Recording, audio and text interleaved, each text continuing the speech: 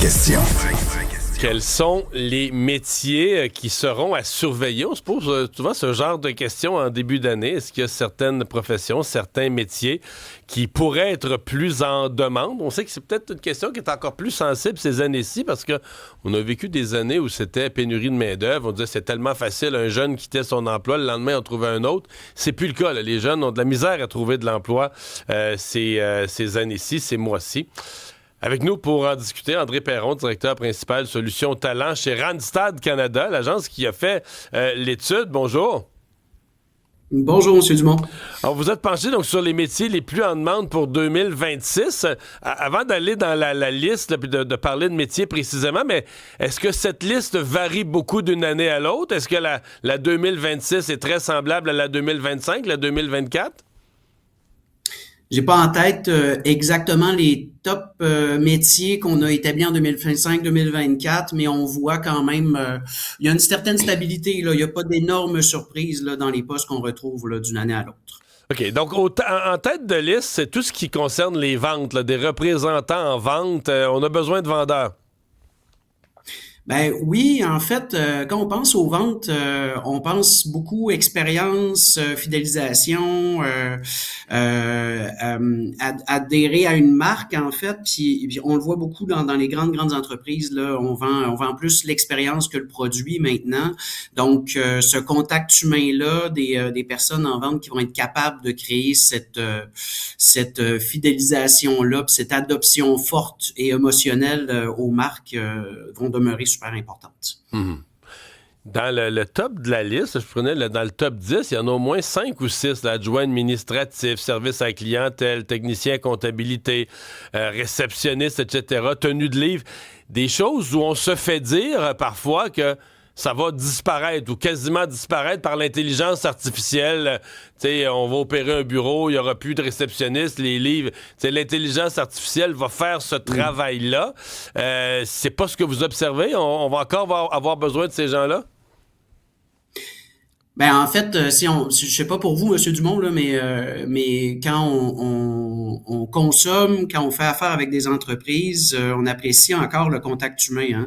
Hein. Puis oui, l'intelligence artificielle apporte de l'efficience. Oui, elle nous permet de faire les choses plus rapidement, plus efficacement, de prendre en charge certaines tâches répétitives. Mais le contact humain, autant dans les rôles de réceptionniste que de service à la clientèle, reste aussi super important. On en parlait dans les rôles de vente, c'est la même chose en service à la clientèle, pour qu'on permette aux clients de rester fidèles à une marque, de rester heureux avec un produit, puis d'y revenir, puis d'y fidéliser. Ben l'expérience humaine va être super importante, donc les rôles de service à la clientèle restent cruciaux dans cette stratégie-là des entreprises. Puis pour les rôles de soutien administratif, en fait, ce qu'on voit, ou d'administration des affaires, là, autant les réceptionnistes que les adjointes administratives, en fait, ce qu'on voit, c'est qu'ils deviennent de plus en plus des coordinateurs humains, en fait. Donc, ils vont être la courroie de transmission, puis ils vont s'occuper, en fait, des relations entre les différents employés, vont faire de la résolution de problèmes, oui, vont être les gardiens des outils numériques, en fait, là, des nouvelles technologies, mais vont rester super importants dans les entreprises quand même. Mais pourtant, pour les réceptionnistes, on l'a vu dans plusieurs entreprises, là, où c'est coupé, où c'est plusieurs boîtes vocales, où tu appuies sur le 1, le 4, le 9, le 10, le 9 pour parler à quelqu'un, une compagnie. On le voit quand même physiquement qu'il y en a moins de réceptionnistes qu'il y en avait. C'est vrai qu'il y a certaines entreprises qui ont fait ce choix-là.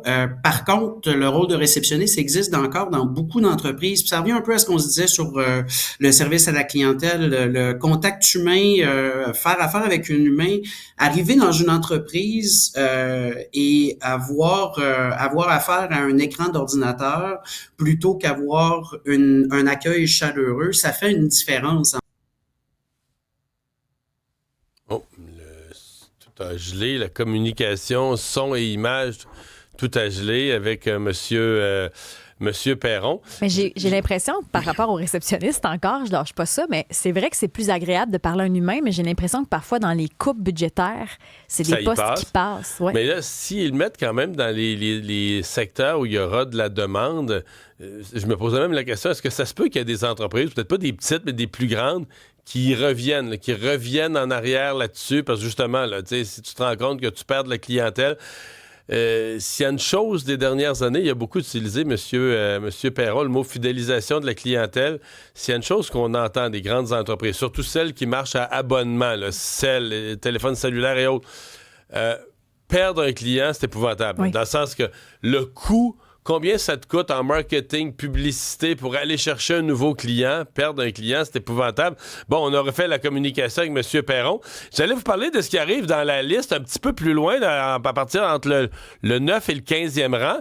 Beaucoup de métiers qui sont reliés, infirmiers auxiliaires, assistants dentaires, etc., mais beaucoup reliés au secteur de la santé, là, où là aussi, il y a des besoins.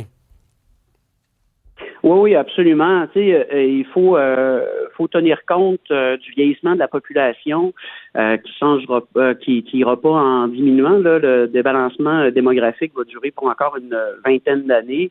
Donc, c'est sûr que ça met de la pression sur les soins de santé.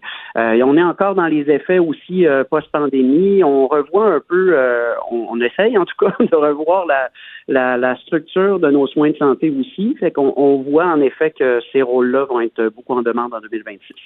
Vous faites une liste des métiers les plus en demande. Avez-vous quand même, est-ce que vous le ressentez quand même dans le marché que c'est plus difficile que les jeunes, la réalité qu'on a vécue pendant quelques années de plein emploi, où c'était les employeurs là, qui étaient à genoux pour essayer d'avoir un employé, qu'on n'est plus là. Moi, j'entends énormément d'histoires de jeunes dans la vingtaine, la jeune vingtaine, qui cherchent d'emploi, qui travaillent à temps partiel, qui ont fini leurs études, qui ont un diplôme, qui travaillent pas. Vous le sentez que c'est plus difficile pour les jeunes, le premier emploi? En fait, on a fait une étude au niveau mondial, en fait, en 2025, qui en effet démontrait qu'il y a eu une diminution des postes d'entrée dans les entreprises. C'est un phénomène mondial, en effet, qui amène peut-être à un accès à l'emploi qui est un peu plus difficile pour les jeunes. Par contre, il y a des outils puis il y a des solutions ou des stratégies à adopter pour les jeunes qui veulent accéder au métier au marché de l'emploi. Ça passe par évidemment l'adoption des outils technologiques, la maîtrise de l'intelligence artificielle, travailler aussi les aptitudes d'intelligence émotionnelle, jugement critique, parce que c'est des attitudes, des qualités qui vont être très en demande dans les entreprises, peu importe le niveau d'expérience requis.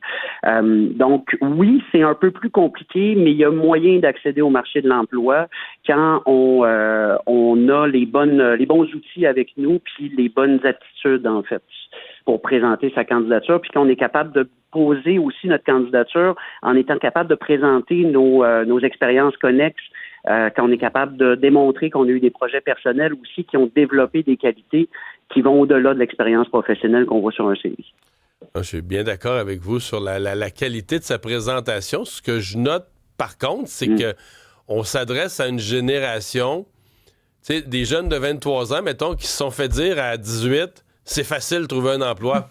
Fait que là, vous dites, se positionner pour un emploi, se vendre, c'est une chose, mais c'est qu'on dirait qu'en termes de mentalité, t'as pas été préparé à ça. Et c'est ça que je note un peu chez nos jeunes. André Perron, merci beaucoup de nous avoir parlé ce matin. Avec plaisir, M. Dumont. Bonne journée.